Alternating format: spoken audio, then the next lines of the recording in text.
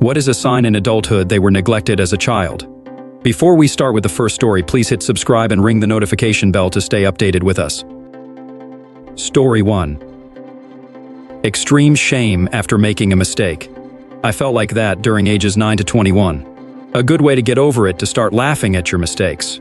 Especially if you are with others, make it a habit to put on that happy face and laugh about the dumb thing you just did. I'm now 26, and this went along with me not giving a screw about most things because I'm getting older. At a point you realize that mistakes are just part of life. You'll likely keep doing the same mistakes until the day you die because there's just so many factors that go along with them reoccurring. Freely talk about mistakes you have done in the past as much as you do for your success stories. Being a confident person is also understanding you're not perfect. Story 2. Extreme defensiveness. Growing up, you felt like you had to fight to the death for what you knew was right, because you were constantly being told that things you saw in front of you, or experienced firsthand, didn't happen. I hate the question, "What are you doing?" because it makes me feel like I'm doing something wrong and am being told to justify my stupid behavior right now. It triggers the worst fight or flight reaction in me, and I can't stand that I get so pissy about it. Because it's like, never coming from a bad place. It's always genuine curiosity, yet I can't hear it without feeling like I'm being shouted at. Story 3. They don't ask for help, ever. I almost never ask for help. I grew up with a mother who would yell at you if you asked for anything, and an emotionally unavailable father who told us he never wanted kids. One of my core memories is getting my period. I was 12 and knew what it was because my school had talked to the girls. I went to find my mom to tell her. She got irritated and told me tampons were in the cabinet and instructions were in the box. I couldn't get the tampon in. I tried and tried for 20 minutes until I was yelled at to get out of the bathroom. I spent the next 3 years stuffing my underwear with toilet paper until I got a job at Burger King and made enough money to buy pads. Story 4. Someone who rarely shares what happens at home or talk about their family. It's pretty awkward when people are telling funny, happy stories from their childhood and then ask me to share. I can never contribute, so I just redirect the conversation all the time. I'm sure it makes me come off as cold and uninterested, but it's better than lying about a fake story for social nicety's sake. Even with my closest friends, I just don't share stuff about my life, and it's not like I'm actively withholding myself from saying stuff either. I just don't talk about my life much, aside from the most basic day-to-day stuff. A friend of mine recently pointed out that I'm the kind of person who won't talk about something unless I'm asked about it directly. I come across as this really private person without realizing that I'm even doing it. This thread here is honestly so validating. Story 5. People pleaser, over-apologetic. Says I'm sorry a lot even when it's not their fault. Difficulty making decisions, self-critical, low self-esteem, self-soothing behaviors such as humming. Rockin' body or feet. Shares a lot of ADHD-like symptoms and might even be diagnosed with ADHD. Panic attacks at random times and not knowing the reason for the sudden panic attack. Anxious around holidays or certain annual events. Struggle with being the center of attention. Sometimes little things will cause a big emotional reaction. Difficulty asking for help. Obsessions over certain things like food, clothing, cleaning. Wanting to do things for themselves and not including others, especially when it's normal to include others. Put themselves down. Over-explaining or providing too much information or detail when talking about why or what they did. Sleep disturbances such as night terrors, vivid nightmares, sleepwalking. Story 6. I struggle with so many of life's basic tasks, like cleaning, showering, changing the sheets, etc. for exactly these reasons. It's so much harder than just learning how to do these things. I know how now, but the simplest task in my own home where I should feel safe is overshadowed by feelings of dread and fear. Washing dishes, I wait for the screaming to start, even though I'm the only one here. Making the bed nice, I wait for the name calling to start, to have everything ripped up and thrown in a corner. I'm more comfortable sleeping in a nest of wadded up sheets and blankets on a bare mattress than a properly made bed, at 53 with over 20 years of therapy. Not only are tasks extremely difficult, because I have to remember all the steps, I didn't even have a clear idea of the finished picture growing up. And what's supposed to be normal is unfamiliar and uncomfortable. I don't even like being in houses because being in a home feels strange and unfamiliar. Story 7. Try to be invisible. When you get attention from someone, you don't feel good because you weren't used to getting attention in your childhood. That's why you don't like to show yourself and try to be as invisible as possible. And when I did get attention growing up, it was negative, anytime. I was so much as perceived people would find a flaw in my existence, and I'd get in trouble or bullied. I get suspicious when people start paying attention to me, because a part of me is internally just like, what do you want? No one interacts with me because they like me. You must want something out of me. Please tell me so I can fulfill it and go back to the safety of being ignored. Story 8. Still feeling like you're always in trouble, even as a grown adult. I have autism, so I miss a lot of social things, and the trauma from always being corrected still hurts. Tons of social anxiety. My parents were well-meaning, and they didn't really understand autism back then. It wasn't very well understood in the 2000s. Even though I was diagnosed, their mindset was that I needed to try harder to learn. It's one of those things that you can't learn consciously, even more so with autism.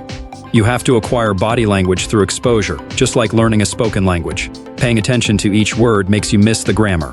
Mood and true meaning of the sentence, just like paying attention to each movement makes you miss someone's emotion and intentions. I really wish someone told me this part growing up. Story 9. Being shocked that their existence and actions are perceptible or meaningful to others. For example, they might easily blow off hangouts, not bother responding to texts, and show up late to things before quietly sitting down expecting that nobody really notices their presence or has any care whether or not they're around in the first place unless it is presumably random convenient. Usually it is surprising and hurtful to realize that this has actually made the other people feel bad, but it is done with the genuine belief that literally nobody cares and you have no possible influence on anybody's life or feelings either way. Story 10. Fear of abandonment, especially completely unexpected. Believing people will find someone better or they get sick of you. Believing what makes you unique are actually flaws and more reasons to leave. People-pleasing resulting in a lack of healthy boundaries, such as putting others' needs before your own and having a hard time saying no.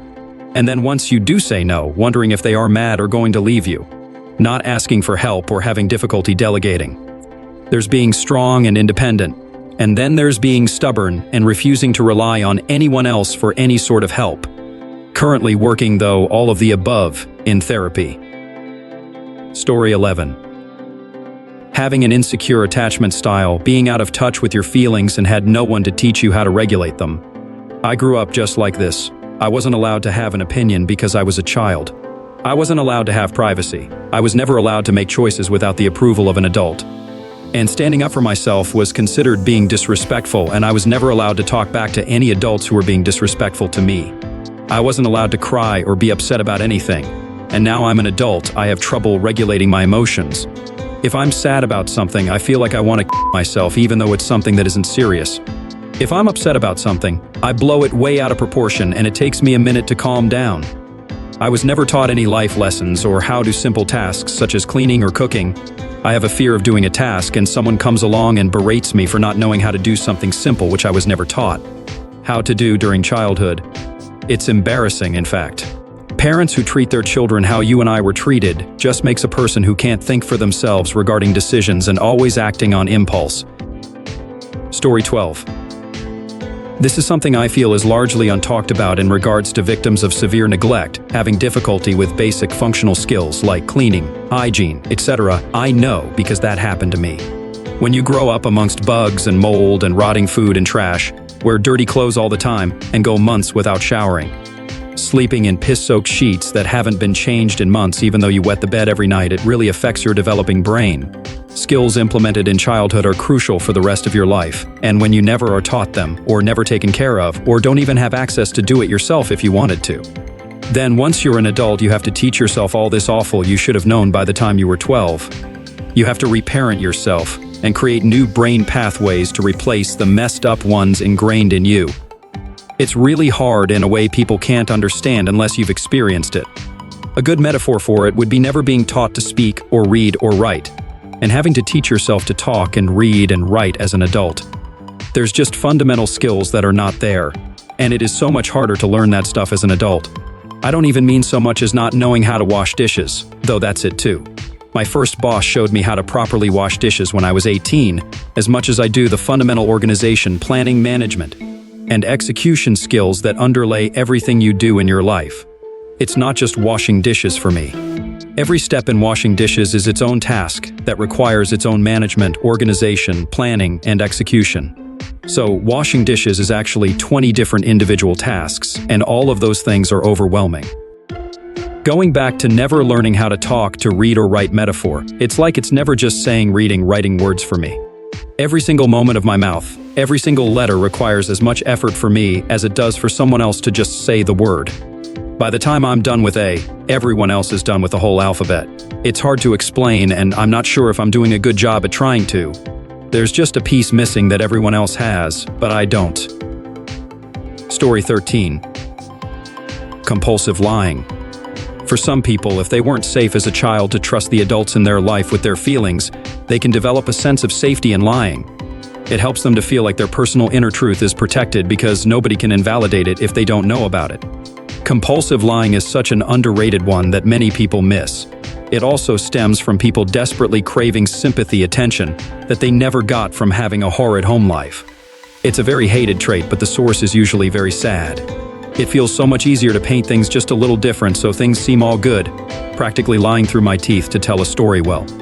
A skill I developed to survive at the dinner table that I can't get rid of now. Yet full honesty and detail is also weird. I try to be completely honest with the people I manage to trust enough to tell them about this, and that always feels off. There's some intermediary that's normal for people that I can no longer do, I think. It's stressing listening to your own words, knowing they're not fully truthful, but also knowing that taking them back to try tell the full truth usually doesn't help either. Story 14. I had a coworker who started off on a weird note at our office. She was overly complimentary with everyone and acted like we were close friends when we had only known each other for a few days or weeks. She was, and still is, very defensive of her job duties and takes it as an insult to her abilities if anyone offers to help out. At the same time, she is always offering to help other people do their jobs. Eventually, we learned from her oversharing that she had had an abusive childhood and first marriage, which made more sense of how she acted. She still oversizes a lot, but she's great at her job, and all the acting like we are already friends feels less out of place when we know each other better. Also, this is maybe a personal quirk. She notices if people don't say "bless you" when she sneezes and will comment on it later in a half-joking way. "Oh, you said bless you when so-and-so sneezed, but not when I sneezed this morning." Story 15. Narcissism. My mom never speaks of her childhood, and knowing my grandparents, I think her narcissism was born out of some form of neglect. I think she was constantly competing for attention among her two other siblings, and everything today to her is whose side you're on or who is better, like a rank everyone has. She also absolutely hates being held accountable and can't stand hearing that something she's done has caused pain to someone else. She won't believe it, or it's because the other person is out to get her. If something doesn't go her way, she completely loses it. Her and my dad got divorced earlier this year after 34 years of marriage, and a few months after my dad started dating again. My mom got so jealous my dad had to get a protection order. Thus far, she has violated it once and been fined. Eventually, it could lead to a felony charge if she keeps going. If you ask her about it, it's not her fault. It's that my dad hates her and is making her miserable. I have stopped speaking to her because I can't stand her gaslighting or nastiness every time I try to help her. She turns everything around onto you and tries to make you feel bad.